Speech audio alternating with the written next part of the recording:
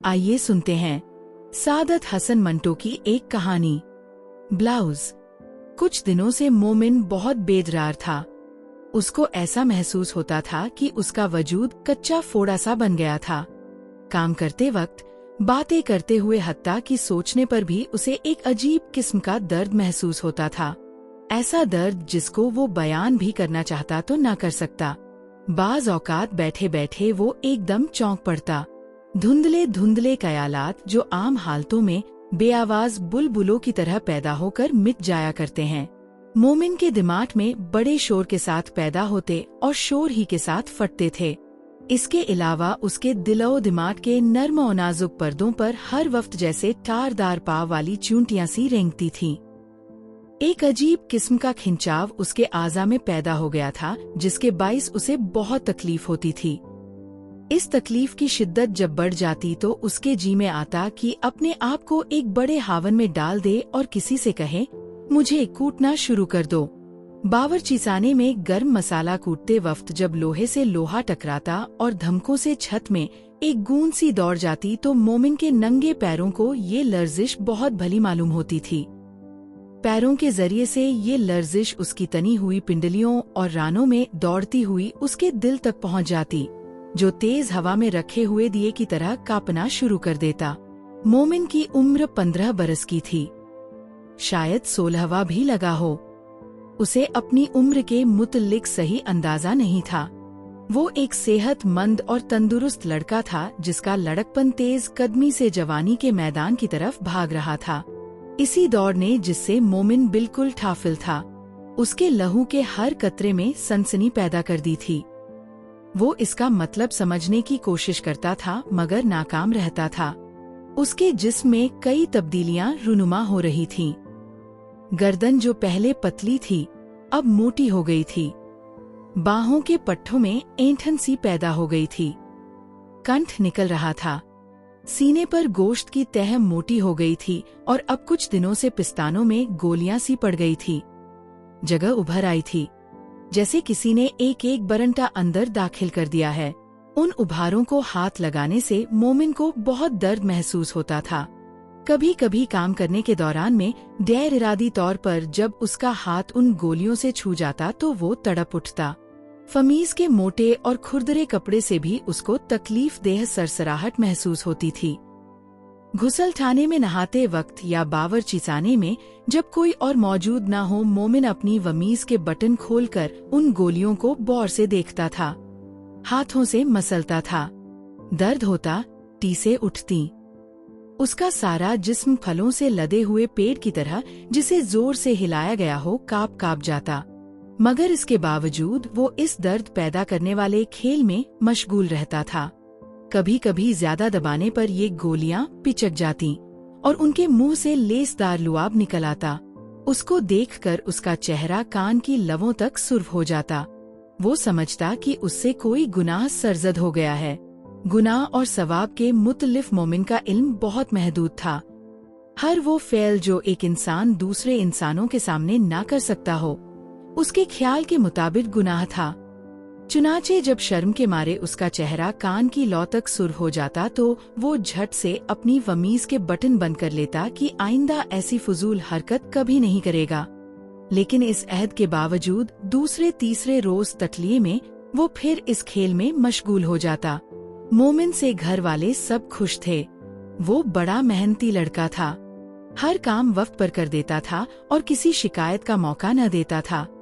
Deputy साहब के यहाँ उसे काम करते हुए सिर्फ 3 महीने हुए थे, लेकिन इस कलील अरसे में उसने घर के हर फर्द को अपनी मेहनतकश तबीयत से मुतासिर कर लिया था। 6 रुपए महीने पर वो नौकर हुआ था, मगर दूसरे महीने ही उसकी तनख्वाह में 2 रुपए बढ़ा दिए गए थे। वो इस घर में बहुत खुश था, इसलिए कि उसकी यहाँ कदर की जाती थी। मगर अब कुछ दिनों से वो बेजरार था। एक अजीब किस्म की आवारगी उसके दिमाग में पैदा हो गई थी। उसका जी चाहता था कि सारा दिन बेमतलब बाजारों में घूमता फिरे या किसी सुनसान मुकाम पर जाकर लेटा रहे। अब काम में उसका जी नहीं लगता था, लेकिन इस बेदली के होते हुए भी वो काहिली नहीं बरतता था। चुनाचे यही वजह है कि घर में कोई भी उसके अंदरूनी इंतशार से वाकिफ नहीं था। रजिया थी सो वो दिन भर बाजा बजाने, नई नई फिल्मी तर्जे सीखने और रिसाले पढ़ने में मसरूफ रहती थी। उसने कभी मोमिन की निगरानी ही नहीं की थी। शकीला अलबत्ता मोमिन से इधर उधर के काम लेती थी और कभी कभी उसे डांटती भी थी, मगर अब कुछ दिनों से वो भी चंद ब्लाउजों के नमूने उतारने में बेतरह मशगूल थी। ये ब्लाउज उसकी एक सहेली के थे, जिसे नई नई तराशों के कपड़े पहनने का बहुत शौक था। शकीला उससे 8 ब्लाउज मांग कर लाई थी और कागजों पर उनके नमूने उतार रही थी। चुनाचे उसने भी कुछ दिनों से मोमिन की तरफ ध्यान नहीं दिया था। डिप्टी साहब की बीवी सख्तगीर औरत नहीं थी।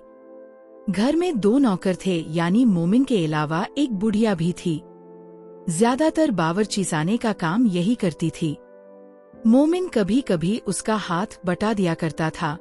डिप्टी साहब की बीवी ने मुमकिन है मोमिन की मुस्तैदी में कोई कमी देखी हो, मगर उसने मोमिन से इसका जिक्र नहीं किया था और वो इंसिलाब जिसमें से मोमिन का दिलो दिमाग और जिस्म गुजर रहा था, उससे तो डिप्टी साहब की बीवी बिल्कुल ठाफिल थी। चूंकि उसका कोई लड़का नहीं था, इसलिए वो मोमिन की ज़हनी और जिस्मानी तब्दीलियों को नहीं समझ सकती थी। और फिर मोमिन नौकर था। नौकरों के मुतल्लिक कौन गौर फिक्र करता है। बचपन से लेकर बुढ़ापे तक वो तमाम मंजिलें पैदल तय कर जाते हैं और आसपास के आदमियों को खबर तक नहीं होती। मोमिन का भी बिल्कुल यही हाल था। वो कुछ दिनों से मोड़ मुड़ता जिंदगी के एक ऐसे रास्ते पर आ निकला था जो ज्यादा लंबा तो नहीं था, मगर बेहद पुरफ्तर था। उस रास्ते पर उसके कदम कभी तेज तेज उठते थे, कभी हौले हौले। वो दरअसल जानता नहीं था कि ऐसे रास्तों पर किस तरह चलना चाहिए। उन्हें जल्दी तय कर जाना चाहिए या कुछ वक्त लेकर आहिस्ता आहिस्ता इधर उधर की चीजों का सहारा लेकर तय करना चाहिए। मोमिन के नंगे पाँव के नीचे आने वाले शबाब की गोल गोल चिकनी बट्टियां फिसल रही थीं। वो अपना तवाजुन बरकरार नहीं रख सकता था। वो बेहद मुस्तरिब था। इसी इज़्तिराब के बाइस कई बार काम करते करते चौंक कर वो गैर इरादी तौर पर किसी खूंटी को दोनों हाथों से पकड़ लेता और उसके साथ लटक जाता। फिर उसके दिल में ख्वाहिश पैदा होती कि टांगों से पकड़कर उसे कोई इतना खींचे कि वो एक महीन तार बन जाए। ये सब बातें उसके दिमाग के किसी ऐसे गोशे में पैदा होती थीं कि वो ठीक तौर पर उनका मतलब नहीं समझ सकता था। धैर्य शूरी तौर पर वो चाहता था कि कुछ हो। क्या हो? बस कुछ हो। मेज पर करीने से चुनी हुई प्लेटें एकदम उछलना शुरू कर दें।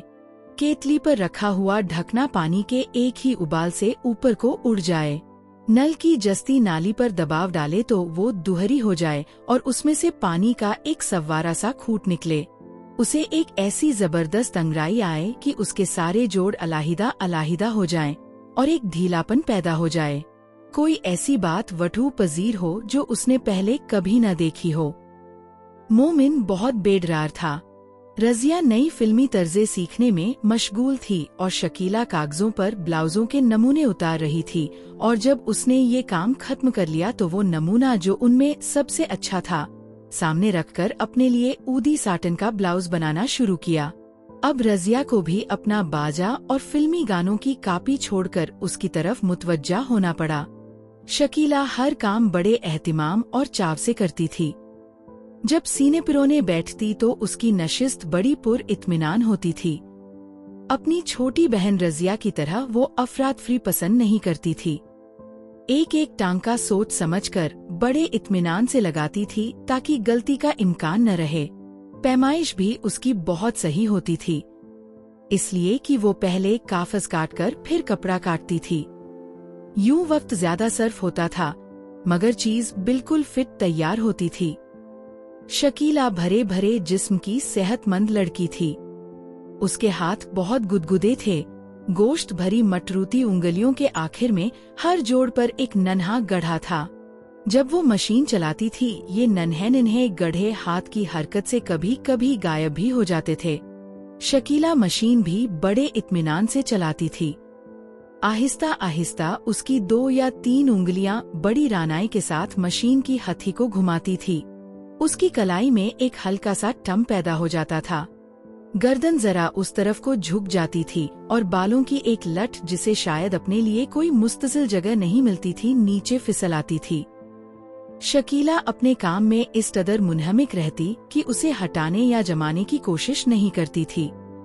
जब शकीला ऊदी साटन सामने फैलाकर अपने माप का ब्लाउज तराशने लगी तो उसे टेप की जरूरत महसूस हुई, क्योंकि उनका अपना टेप घिस घिसा कर अब बिल्कुल टुकड़े टुकड़े हो गया था।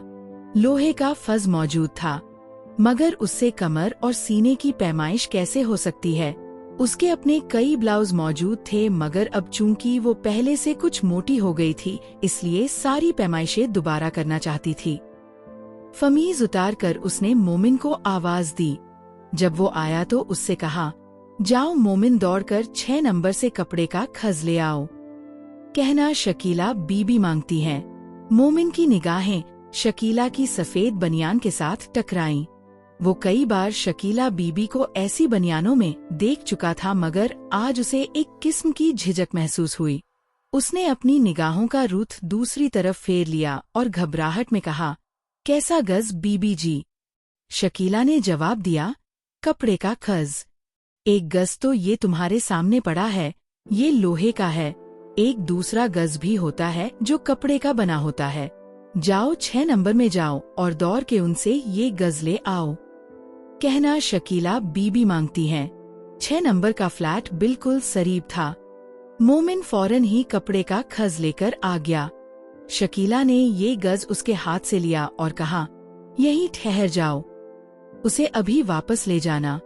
फिर वो अपनी बहन रजिया से मुखातिब हुई। इन लोगों की कोई चीज ज्यादा देर अपने पास रख ली जाए तो वो बुढ़िया तटाजे कर करके परेशान कर देती है। इधर आओ और ये गज लो और यहाँ से मेरा नाप लो।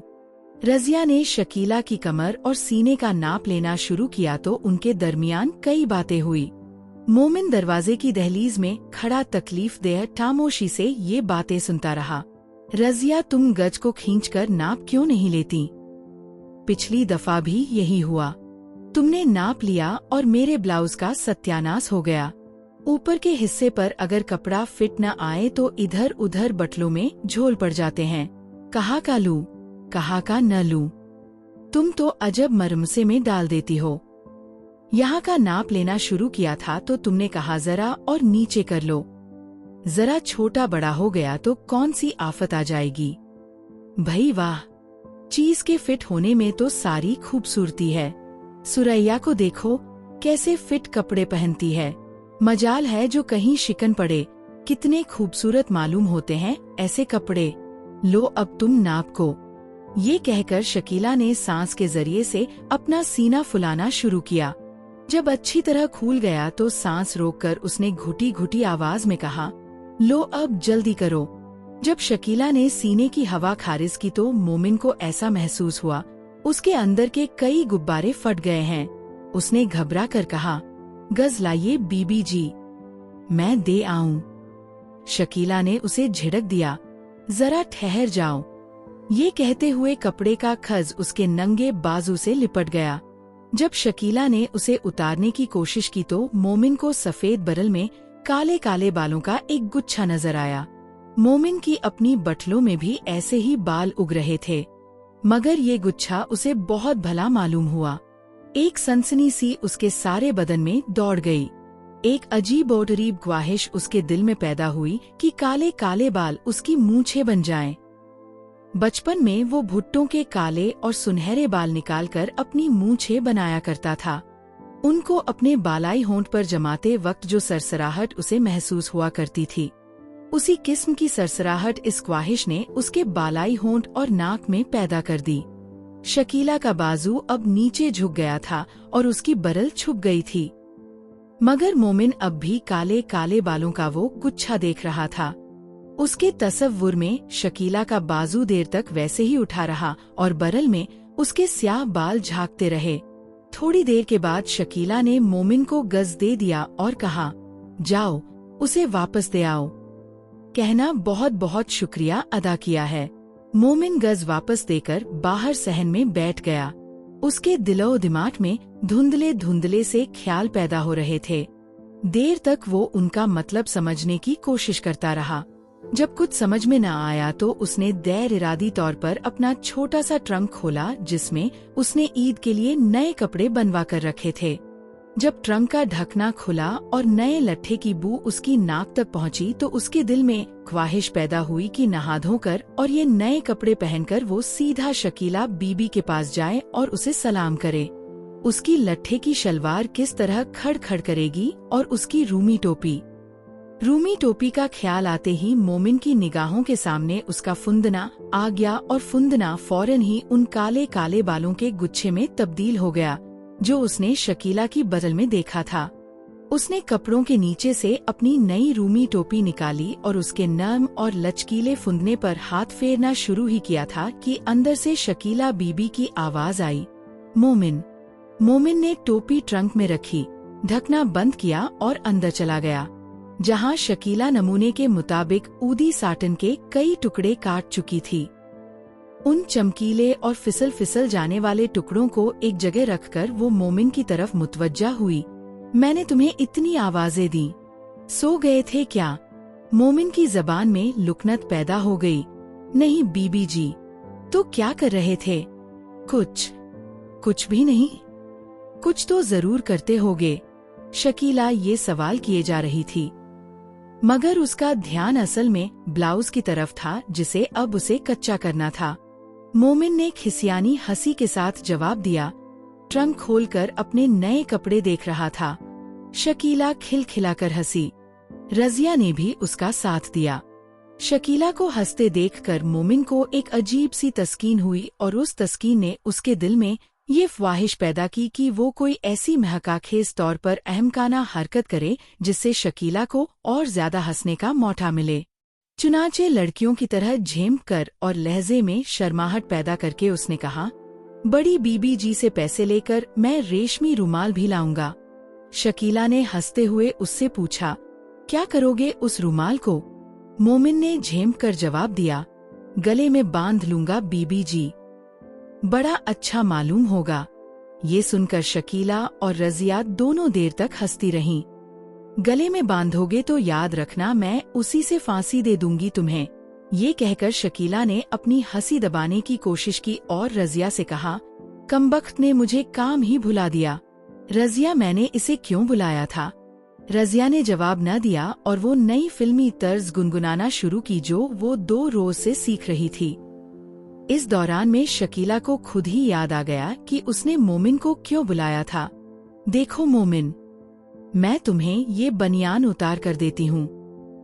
दवाइयों की दुकान के पास जो एक दुकान नई खुली है ना, वही जहाँ तुम उस दिन मेरे साथ गए थे, वहाँ जाओ और पूछ के आओ कि ऐसी 6 बनियानों का वो क्या लेगा। कहना हम पूरी 6 लेंगे, इसलिए कुछ रियायत जरूर करे।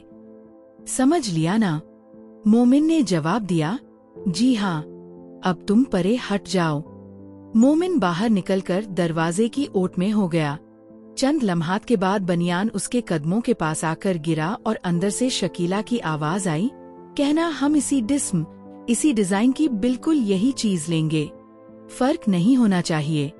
मोमिन ने बहुत अच्छा कहकर बनियान उठा लिया जो पसीने के बाइस कुछ गीला हो रहा था, जैसे किसी ने भाप पर रखकर फौरन ही हटा लिया हो। बदन की बू भी उसमें बसी हुई थी, मीठी मीठी गर्मी भी थी। ये तमाम चीजें उसको बहुत भली मालूम हुई। वो इस बनियान को जो बिल्ली के बच्चे की तरह मुलायम था, अपने हाथों में मसलता बाहर चला गया। जब भाव वाव दरियाफ्त करके बाजार से वापस आया तो शकीला ब्लाउज की सिलाई शुरू कर चुकी थी। उस स्याही माइल साटन के ब्लाउज की जो मोमिन की रूमी टोपी के फुंदने से कहीं ज्यादा चमकीली और लचकदार थी। ये ब्लाउज शायद ईद के लिए तैयार किया जा रहा था, क्योंकि ईद अब बिल्कुल करीब आ गई थी। मोमिन को एक दिन में कई बार बुलाया गया, धागा लाने के लिए, इस्त्री निकालने के लिए, सुई टूटी तो नई सुई लाने के लिए। शाम के करीब जब शकीला ने दूसरे रोज पर बासी काम उठा दिया तो धागे के टुकड़े और ऊदी साटन की बेकार कतरने उठाने के लिए भी उसे बुलाया गया। मोमिन ने अच्छी तरह जगह साफ कर दी, बाकी सब चीजें उठाकर बाहर फेंक दी। मगर ऊदी साटन की चमकदार कतर ने अपनी जेब में रख ली, बिल्कुल बेमतलब, क्योंकि उसे मालूम नहीं था कि वो उनको क्या करेगा। दूसरे रोज उसने जेब से कतरने निकाली और अलग बैठकर उनके धागे अलग करने शुरू कर दिए। देर तक वो इस खेल में मशगूल रहा, हत्ता कि धागे के छोटे बड़े टुकड़ों का एक गुच्छा सा बन गया। उसको हाथ में लेकर वो दबाता रहा, मसलता रहा, लेकिन उसके तसव्वुर में शकीला की वही बरल थी जिसमें उसने काले काले बालों का छोटा सा गुच्छा देखा था। उस दिन भी उसे शकीला ने उसे कई बार बुलाया। काली साटन के ब्लाउज की हर शक्ल उसकी निगाहों के सामने आती रही। पहले जब उसे कच्चा किया गया था तो उस पर सफेद धागे के बड़े बड़े टाके जाब्जा फैले हुए थे। फिर उस पर इस्त्री की गई, जिससे सब शिकनें दूर हो गईं और चमक भी दो बाला हो गई। उसके बाद कच्ची हालत ही में शकीला ने उसे पहना, रजिया को दिखाया। दूसरे कमरे में सिंघार मेज के पास जाकर आईने में खुद उसको हर पहलू से अच्छी तरह देखा। जब पूरा इत्मीनान हो गया तो उसे उतारा, जहाँ जहाँ तंग या खुला था वहाँ निशान बनाए और उसकी सारी खामियां दूर की। एक बार फिर पहन कर देखा। जब बिल्कुल फिट हो गया तो पक्की सिलाई शुरू की। उधर ऊदी साटन का ये ब्लाउज सिया जा रहा था। उधर मोमिन के दिमाग में अजीबोतरीब ख्यालों के जैसे टाके से उधड़ रहे थे। जब उसे कमरे में बुलाया जाता और उसकी निगाहें चमकीली साटन के ब्लाउज पर पड़ती तो उसका जी चाहता कि वो हाथ से छू कर उसे देखे। सिर्फ छू कर ही नहीं देखे, बल्कि उसकी मुलायम और रोएदार सतह पर देर तक हाथ फेरता रहे, अपने खुरदरे हाथ। उसने उन साटन के टुकड़ों से उसकी मुलायमी का अंदाजा कर लिया था। धागे जो उसने इन टुकड़ों से निकाले थे और भी ज्यादा मुलायम हो गए थे। जब उसने उनका गुच्छा बनाया था तो दबाते वक्त उसे मालूम हुआ कि उनमें रबड़ सी लचक भी है। वो जब अंदर आकर ब्लाउज को देखता उसका ख्याल फौरन उन बालों की तरफ दौड़ जाता जो उसने शकीला की बरल में देखे थे। काले काले बाल। मोमिन सोचता था, क्या वो भी इस साटन ही की तरह मुलायम होंगे। ब्लाउज बिलाखिर तैयार हो गया। मोमिन कमरे के फर्श पर गीला कपड़ा फेर रहा था कि शकीला अंदर आई। फमीज उतार कर उसने पलंग पर रखी। उसके नीचे उसी किस्म का सफेद बनियान था जिसका नमूना लेकर मोमिन भाव दरियाफ्त करने गया था। उसके ऊपर शकीला ने अपने हाथ का सिला हुआ ब्लाउज पहना, सामने के हुक लगाए और आईने के सामने खड़ी हो गई। मोमिन ने फर्श साफ करते करते आईने की तरफ देखा। ब्लाउज में अब जान सी पड़ गई थी। एक दो जगह पर वो इस कदर चमकता था कि मालूम होता था साटन का रंग सफेद हो गया है। शकीला की पीठ मोमिन की तरफ थी, जिस पर रीढ़ की हड्डी की लंबी झुर्री। ब्लाउज फिट होने के बाइस अपनी पूरी गहराई के साथ नुमाया थी। मोमिन से न रहा गया। चुनाचे उसने कहा, बीबी जी, आपने तो दर्जियों को भी मात कर दिया। शकीला अपनी तारीफ सुनकर खुश हुई, मगर वो रजिया की राय तलब करने के लिए बेडरार थी। इसलिए वो सिर्फ अच्छा सिला है ना, कहकर बाहर दौड़ गई। मोमिन आईने की तरफ देखता रह गया, जिसमें ब्लाउज का स्याह और चमकीला अक्स देर तक मौजूद रहा। रात को जब वो फिर उस कमरे में सुराही रखने के लिए आया तो उसने खूंटी पर लकड़ी के हैंगर में उस ब्लाउज को देखा। कमरे में कोई मौजूद नहीं था। चुनाचे आगे बढ़कर पहले उसने गौर से देखा, फिर डरते डरते उस पर हाथ फेरा। ऐसा करते हुए उसे ये महसूस हुआ कि कोई उसके जिस्म के मुलायम रोए पर हौले हौले बिल्कुल हवाई लम्स की तरह हाथ फेर रहा है। रात को जब वो सोया तो उसने कई ऊटपटांग ख्वाब देखे। डिप्टी साहब ने पत्थर के कोयलों का एक बड़ा ढेर उसे कूटने को कहा। जब उसने एक कोयला उठाया और उस पर हथौड़े की एक जब लगाई तो वो नर्म नर्म बालों का एक गुच्छा बन गया। ये काली खांड के महीन महीन तार थे जिनका गोला बना हुआ था। फिर ये गोले काले रंग के गुब्बारे बनकर हवा में उड़ना शुरू हुए। बहुत ऊपर जाकर ये फटने लगे। फिर आंधी आ गई और मोमिन की रूमी टोपी का फुंदना कहीं गायब हो गया। फुंदने की तलाश में वो निकला। देखी और अनदेखी जगहों में घूमता रहा। नए लट्ठे की बू भी कहीं से आना शुरू हुई। फिर न जाने क्या हुआ, एक काली साटन के ब्लाउज पर उसका हाथ पड़ा। कुछ देर वो इस धड़कती हुई चीज पर हाथ फेरता रहा, फिर दस्तन हड़बड़ा के उठ बैठा। कुछ उन्होंने तुमसे कहा? नहीं, अभी वो मेहरबान नहीं हुए, पर सुल्ताना, मैं जो उनकी खिदमत कर रहा हूँ वो अकारत कभी नहीं जाएगी। अल्लाह का फजल शामिल हाल रहा तो जरूर वारे न्यारे हो जाएंगे। सुल्ताना के दिमाग में मुहर्रम मनाने का ख्याल समाया हुआ था। खुदा बख्श से रोनी आवाज में कहने लगी, सारा सारा दिन बाहर गायब रहते हो। मैं यहाँ पिंजरे में कैद रहती हूँ, न कहीं जा सकती हूँ न आ सकती हूँ। मुहर्रम सर पर आ गया है, कुछ तुमने इसकी भी फिक्र की कि मुझे काले कपड़े चाहिए? घर में फूटी कौड़ी तक नहीं। कनगनिया थी सो वो एक एक करके बिक गईं। अब तुम ही बताओ क्या होगा?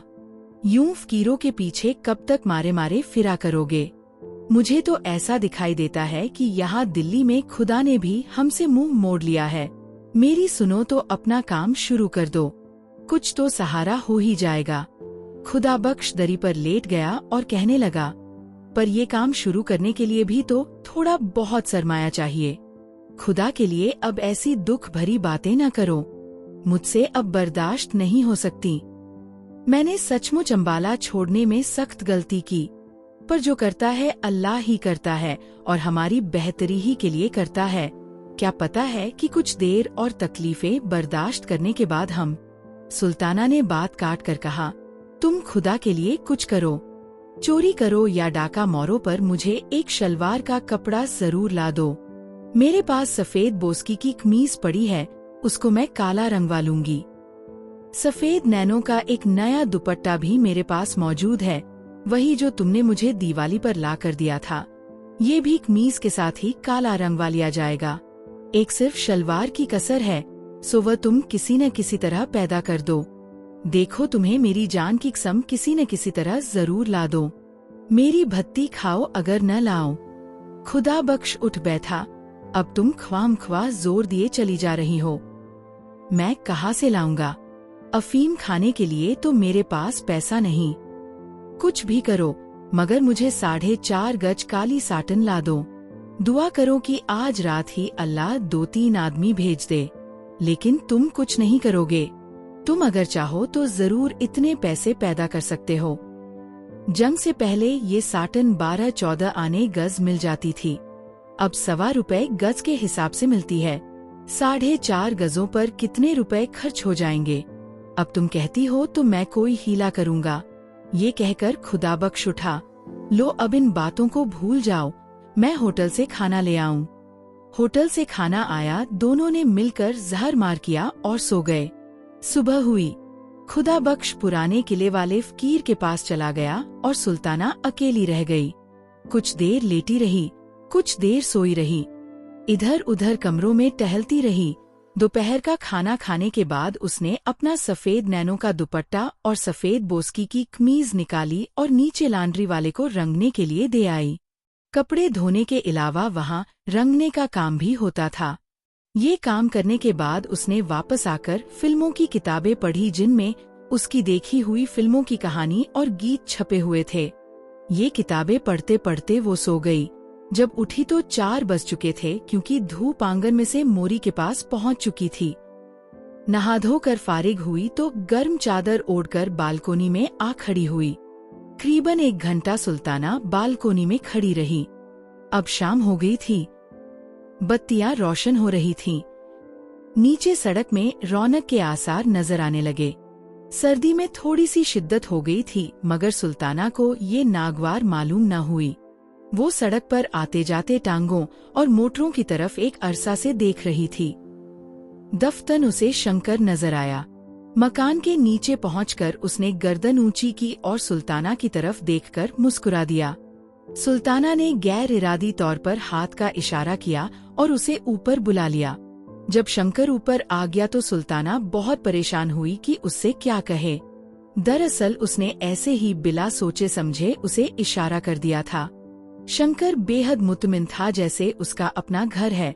चुनाचे बड़ी बेतकल्लुफी से पहले रोज की तरह वो गांव तकिया सर के नीचे रखकर लेट गया। जब सुल्ताना ने देर तक उससे कोई बात न की तो उससे कहा, तुम मुझे 100 दफा बुला सकती हो और 100 दफा ही कह सकती हो कि चले जाओ। मैं ऐसी बातों पर कभी नाराज नहीं हुआ करता। सुल्ताना शशोपंज में गिरफ्तार हो गई, कहने लगी, नहीं बैठो, तुम्हें जाने को कौन कहता है। शंकर इस पर मुस्कुरा दिया, तो मेरी शर्तें तुम्हें मंजूर हैं। कैसी शर्तें? सुल्ताना ने हंसकर कहा, क्या निकाह कर रहे हो मुझसे? निकाह और शादी कैसी? न तुम उम्र भर में किसी से निकाह करोगी न मैं। ये रस्में हम लोगों के लिए नहीं। छोड़ो इन फजूलियात को, कोई काम की बात करो। बोलो क्या बात करूं? तुम औरत हो, कोई ऐसी बात शुरू करो जिससे 2 घड़ी दिल बहल जाए। इस दुनिया में सिर्फ दुकानदारी ही दुकानदारी नहीं, और कुछ भी है। सुल्ताना ज़हनी तौर पर अब शंकर को कबूल कर चुकी थी। कहने लगी, साफ साफ कहो, तुम मुझसे क्या चाहते हो? जो दूसरे चाहते हैं। शंकर उठकर बैठ गया। तुम में और दूसरों में फिर फर्क ही क्या रहा?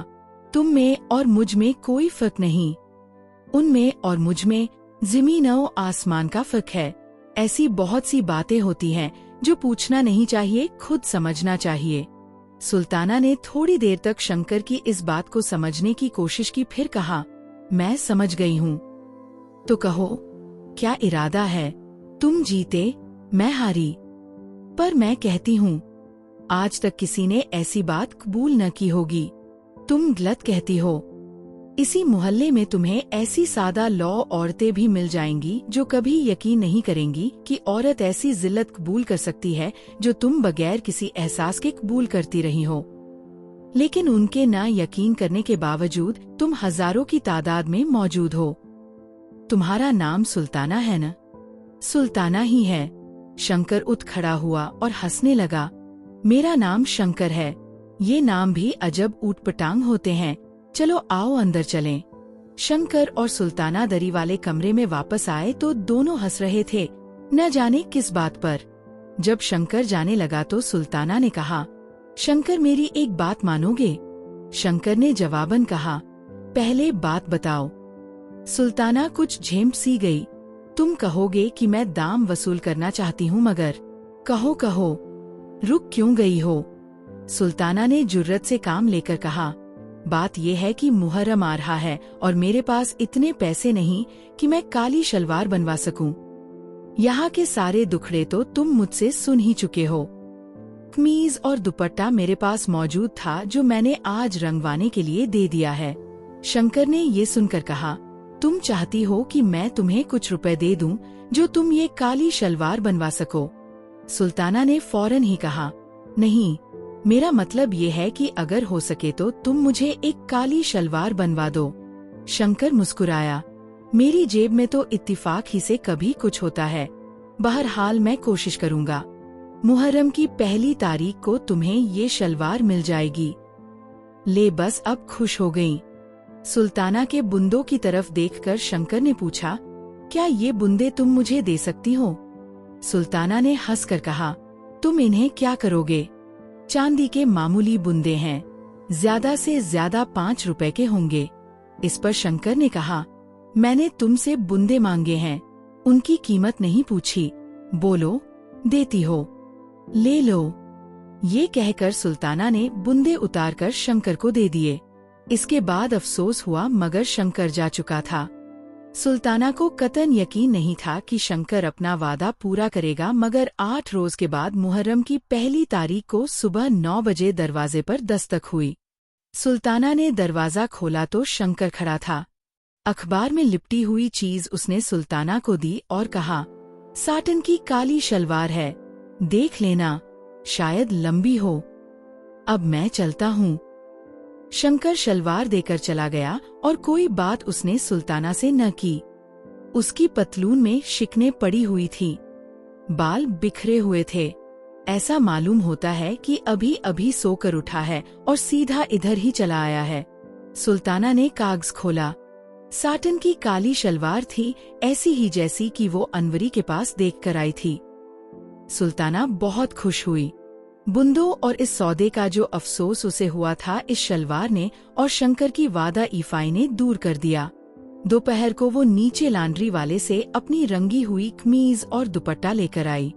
तीनों काले कपड़े उसने जब पहन लिए तो दरवाजे पर दस्तक हुई। सुल्ताना ने दरवाजा खोला तो अनवरी अंदर दाखिल हुई। उसने सुल्ताना के तीनों कपड़ों की तरफ देखा और कहा, कमीज और दुपट्टा तो रंगा हुआ मालूम होता है, पर ये शलवार नहीं है, कब बनवाई? सुल्ताना ने जवाब दिया, आज ही दर्जी लाया है। ये कहते हुए उसकी नजरें अनवरी के कानों पर पड़ी। ये बुंदे तुमने कहाँ से लिए? अनवरी ने जवाब दिया, आज ही मंगवाए हैं। इसके बाद दोनों को थोड़ी देर तक खामोश रहना पड़ा।